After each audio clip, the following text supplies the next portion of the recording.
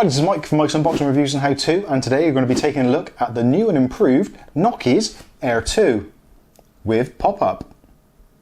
Keep watching to find out more.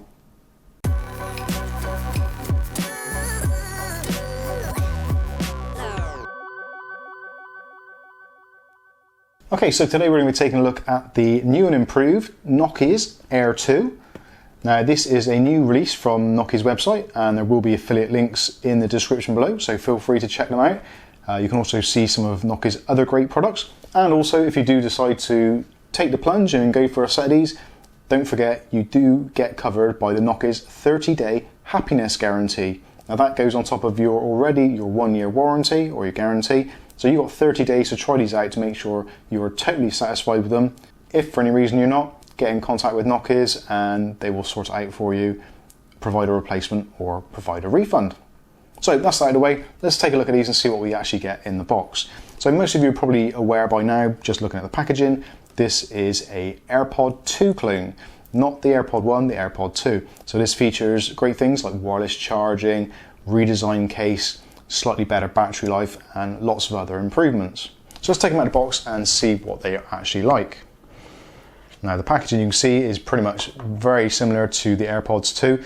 Now there is a good thing about these, because they're not super copies or the super copies 2, if you do get some of these and you are perhaps overseas, if for any reason they do get stopped at customs, because they don't display any of the Apple logos or any copyrighted material, it's unlikely, or completely unlikely in fact, that they're going to be withheld at customs or confiscated and you lose your money and all that kind of stuff. So do be aware, if you are buying absolute clones of the AirPods or AirPods 2, if they do have the made by Apple in California, etc., or any of those types of logos, there's a strong chance they will be stopped at customs. So I just thought I'd put that out there. So inside the box, first of all, we get our instruction pamphlet, which goes through, tells you all the controls and how to use them and how not to use them, all those kinds of things. But the important thing, what you're looking for, is what is in the box. So in here we get a lightning connector, which actually looks to be a very good quality lightning connector and is actually very, very similar to the original Apple one. The AirPods themselves come in this nice foam case, so it's all nicely protected. So even if you're getting them shipped abroad, it's very unlikely they're going to get any damage whatsoever in transit. So this is the actual AirPods charging box itself.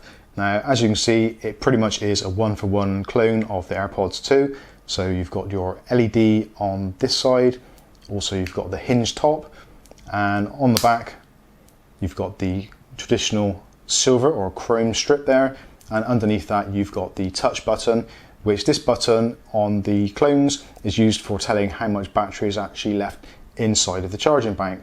So if you press the button on the back, you get a white LED on the front which flashes. Now if it flashes 4 times, that's 100%. 3 times, 75%, you get the idea. So that is your reference to see how much charge is in it, but because it's got the H1 chip built in, or a clone of the H1 chip, also if you're an iPhone user, iOS user, then when you pop open the lid or when you've got them connected, you'll get that pop-up identification which will tell you the battery level of both the AirPods themselves and also the charging box. Now that is something that we were missing from some of the earlier models and other models that used the W1 chip or the clone of the W1 chip.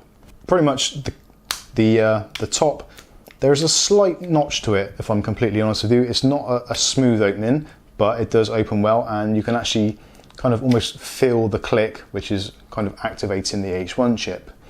The actual pods themselves, or the buds themselves, actually feel extremely high quality. The plastics used in these are brilliant, and I defy anybody to get some AirPod 2, put them side by side, and I think you'll really, really struggle to tell the difference. Me personally, I don't have AirPods 2, but I've been into shops and I've seen them and I've used them, that kind of thing, and there is a certain feel to these products which does feel very, very quality. Now the markings on them, again, are almost exactly the same. I can't see any difference. Apparently they're not an entire one-for-one clone, but they're very, very close. Obviously there are some very slight modifications in the shape of the actual piece that goes inside the ear, and again that is to avoid any copyright issues. So looking down the stalk, you've got your usual things. So you've got your touch sensor on the side. At the bottom you've got the microphone, and that is actually in both of the buds, so both of them have a microphone, so you've got binaural calls. So not only can you hear the voice in both sides, you've also got a microphone in both sides, and also those metal bits at the bottom are your charging ports. So if for any reason you're having issues with your battery not getting fully charged or any issues with charging whatsoever, chances are that these are going to need a little bit of a clean. And because they're exposed and obviously you're touching them, they're near your ears, they do tend to get a little bit of grease and a bit of dirt on them. So do make sure you clean these regularly to avoid any potential problems. Now these buds have been improved, as I said previously. These are the kind of the Mark II of the Aire 2, and they have uprated features. So we've got a whole host of uprated features. So better Bluetooth connectivity, there's Bluetooth 5.0, you've got better bass, better treble, and better mid-range. Also other things like battery life. So these have got a 70 milliamp hour battery in them, which is slightly upgraded from, I think it was 50 before. So a little bit of extra battery life, and using Bluetooth 5.0, which is a lower power version, you're going to get more airtime out of these. So on the website they're saying up to 4 hours of playback time. Now me personally, I never get 4 hours of time that I can actually listen to these in one go, so I can't confirm that, but that is what they're saying, up to 4 hours of use. Now I've used them continuously for around about 2 hours or so and still had loads of charge left in them. Again, obviously depending on your volume levels that you're listening to, if you're listening to them on full blast, the battery's going to wear down a lot quicker than it is if you have them on very quietly.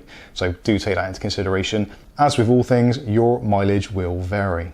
So going on to the touch controls. Now the touch controls are very simple. So when you've got them in use, either for a phone call or for music or whatever it may be, one touch is play or pause, or answer or cancel a call, which is pretty much the usual deal. 2 taps will take you back a song, and 3 taps will take you forward a song. Now both of these work in exactly the same way, so if you're a left-handed person you can tap the left-handed earbud, if you're a right-handed person then you can use the right-handed one. So both touch controls work on both sides identically, so there's never any issues of which side do I press to move whichever song or to hang up a call or whatever. Also, if you do wish to, you can use these as individual buds. Now as I've said before previously, I'm not a great fan of that. Some people find it to be one of those kind of deal breaker things, so that if you can't use them separately, it's a big issue. But for me, primarily these are for listening to music. And if you're listening to music, you want immersion. And if you want immersion, you need stereo. So my recommendation is to use them both at the same time. Obviously, they're going to be your AirPods. Use them exactly how you want. Obviously, if you do use them separately, then the usage time is going to be doubled. So take that into consideration. If you're going to be listening to something for a long time and you want kind of 7 to 8 hours of playback time, then if you use one at a time, then that shouldn't be any problem at all. Now obviously, again, because these are upgraded, also the charging bank is upgraded. So with these charging banks, you're going to be able to recharge your buds 4 or 5 times, no problems at all. And I've actually found that this charging case actually holds onto its charge really well, works really efficiently.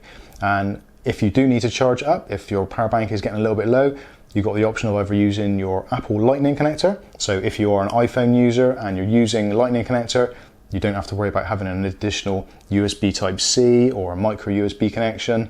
You can use your Lightning connector.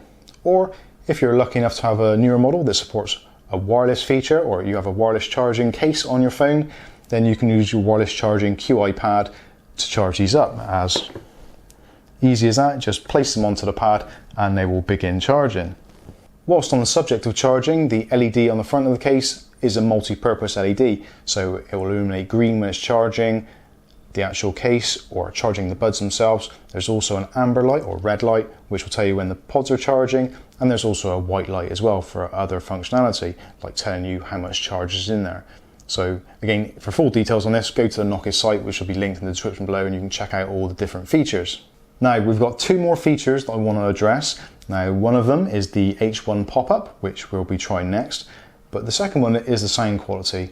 Now the sound quality on these is by far the best I've heard. Now I know you've seen a lot of these reviews, and every time I say, oh, these sound great or whatever, but these genuinely are the best I've heard so far of any AirPod clone, and are actually very, very close in sound quality to some of the kind of inner earpods, which generally do have a better bass response. So let's take a look at the H1 chip first of all. So here we have an older iPhone, I think this is a 5S, and it's running the very latest version of iOS. And actually that's another thing, these do actually support the latest version of iOS. Some of the other models, some of the super copies and other ones that use the W1 chip, they've kind of been disabled or blotted out in the latest release. So with these, you've got no problems at all. So as is the usual deal with this, if you pop open the lid, straight away on the display, we get our AirPods and do we want to connect. Now, actually the pop-up is extremely quick and very, very responsive.